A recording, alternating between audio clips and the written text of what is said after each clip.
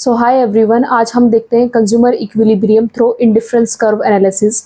इसके लिए देखो दो कंडीशन होनी चाहिए। एक तो है कि M R S X Y equal to P X upon में P Y. P X upon P Y किसका स्लोप है? आपका बजट लाइन का है। और ये किसका स्लोप है? आपका मार्जिनल रेट ऑफ सब्सटीट्यूशन किसका स्लोप है? आईसी का है। ठीक है, कहते हैं ये दोनों इक्वल होने चाहिए। मैं आपको समझाती हूँ। जैसे फॉर एग्जाम्पल आपका एक्स जो आपका प्राइस है एक्स कॉमोडिटी का वो 4 रुपए है और प्राइस है वाई कॉमोडिटी का वो 2 रुपए है।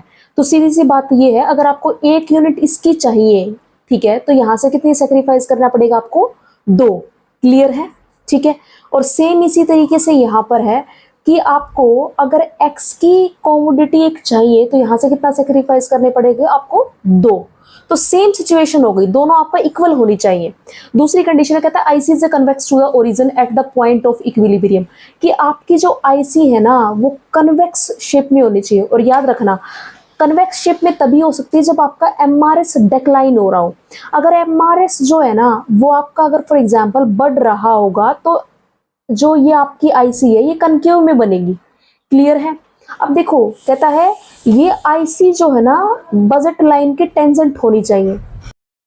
मैंने अभी तो बताया था कि ये दोनों इक्वल होने चाहिए। तो इक्वल कहाँ पे है? यहाँ पे। क्योंकि देखो बजट लाइन ये हो गई, मतलब इसका स्लोप प्राइस लाइन ये हो गया और आईसी का स्लोप क्या हो गया आपका? एमआरएस।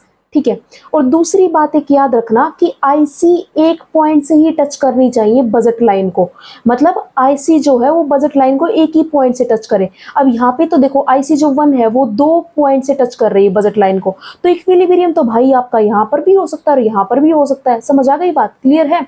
तो कहता है एक पॉइंट से टच करनी चाहिए। अब पॉइंट ए है जो, अब बजट आपका इतना, उससे आपको कम सेटिस्फेक्शन मिल रही है।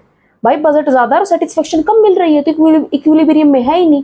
अब मान लो IC3 है, बजट औकात इतनी है और सेटिस्फेक्शन मतलब हमारे औकात से बाहर है ये। क्लियर है? तो इक्विलिब्रियम यहाँ पर है। होपफुली आपको समझ आ गया होगा।